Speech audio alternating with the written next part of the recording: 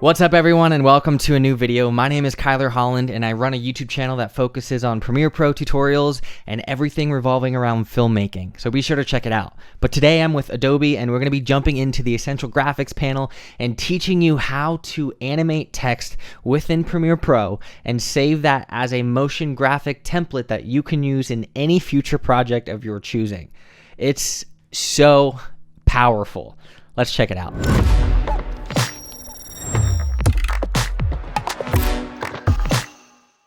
So we're going to learn how to make this text animation, and it is so simple once you understand the basic parameters of how to create it.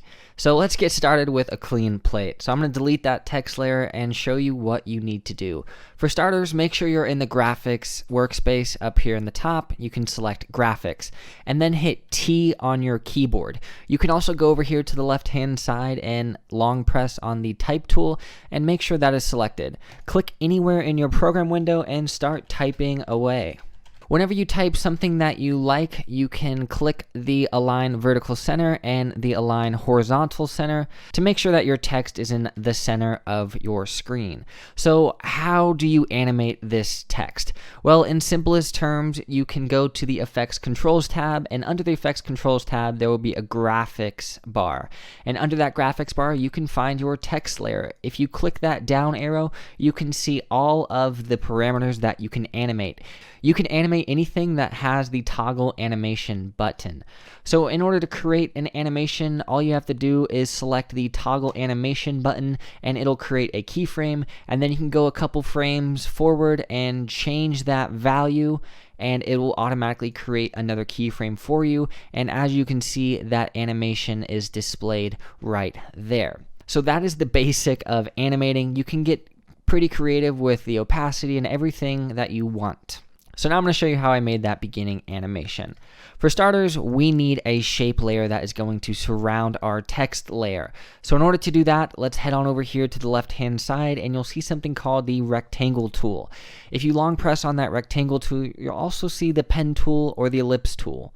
We're just going to stick around with the rectangle tool for now, and if you click and drag around your text layer, you'll see that it creates a rectangle. Keep in mind, you can also create a rectangle by clicking the new layer button right here and then going down to rectangle. As soon as you do that, it will create a rectangle that you can manipulate by clicking and dragging the edges and position it accordingly. Now, if you don't see the stroke, you can change the appearance on the right-hand side in the Essential Graphics panel. You can select Fill, or you can just select Stroke, or you can select Shadow. There is a ton of options here, and we'll get into Mask with Shape later. So I'm going to select Stroke, and I'm going to adjust my stroke size to something that looks good, and I like the looks of that. Again, I'm going to align this to the center to make sure it's in the center of my text.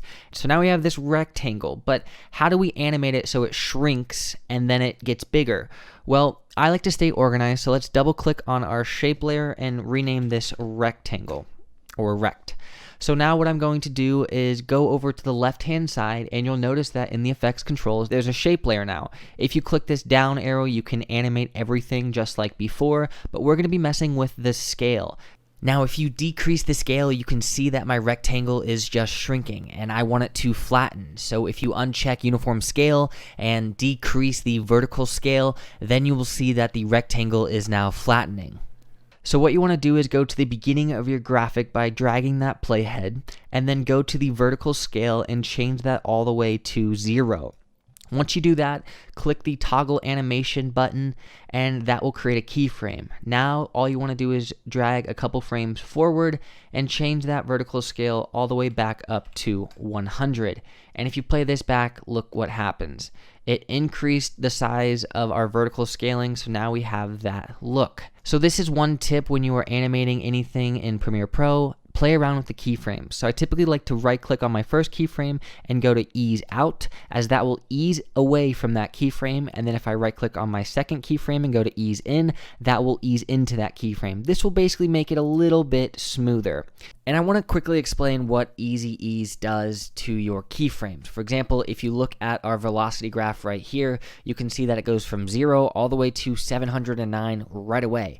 It's instant and it's not as smooth. But if I right click on the first keyframe keyframe, go to temporal interpolation, and go to ease out, and right click on my second keyframe, go to temporal interpolation, and go to ease in. You'll see that we kind of created a little Bezier right here. And if we play this back through our velocity, you can see that it slowly increases in velocity all the way up to the max, and then it slowly decreases. That is the benefit of using Easy Ease. Now we're going to do the same thing at the end of our text animation. We're going to click this add or remove keyframe button, and it will create a keyframe right there. And we're going to go a couple frames forward and change our vertical scale all the way down to 0. And you guessed it, that basically flattened our rectangle.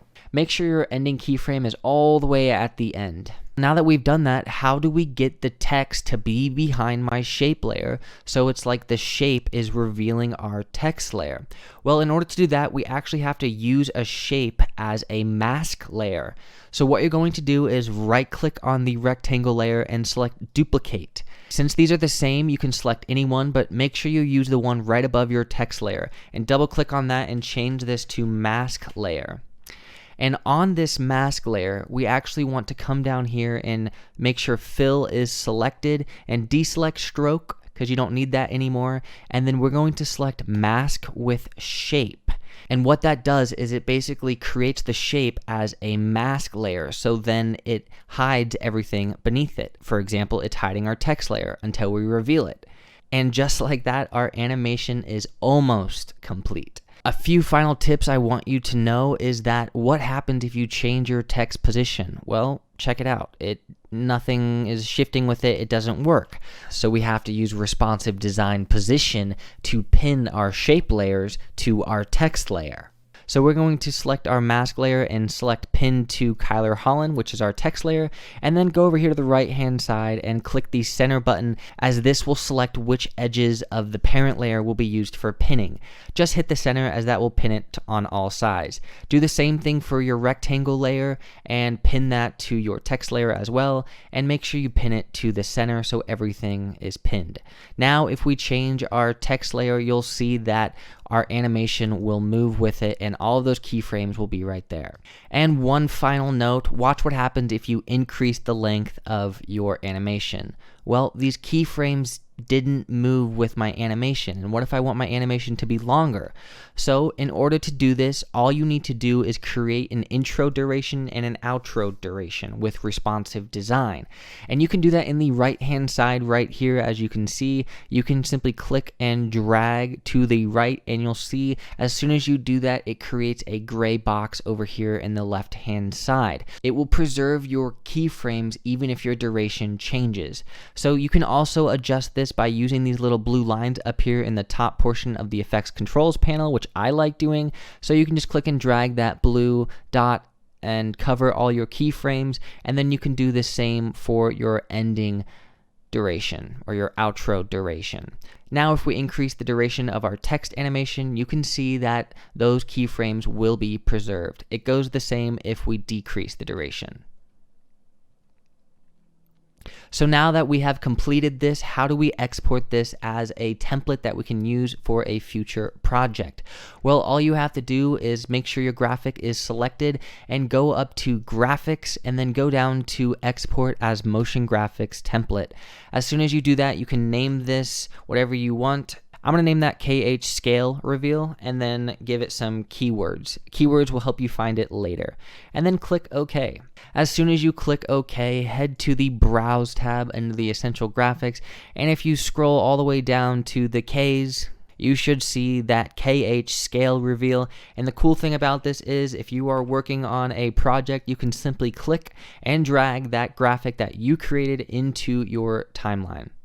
So the fun thing is now you can animate this even further or just double click and change whatever you want.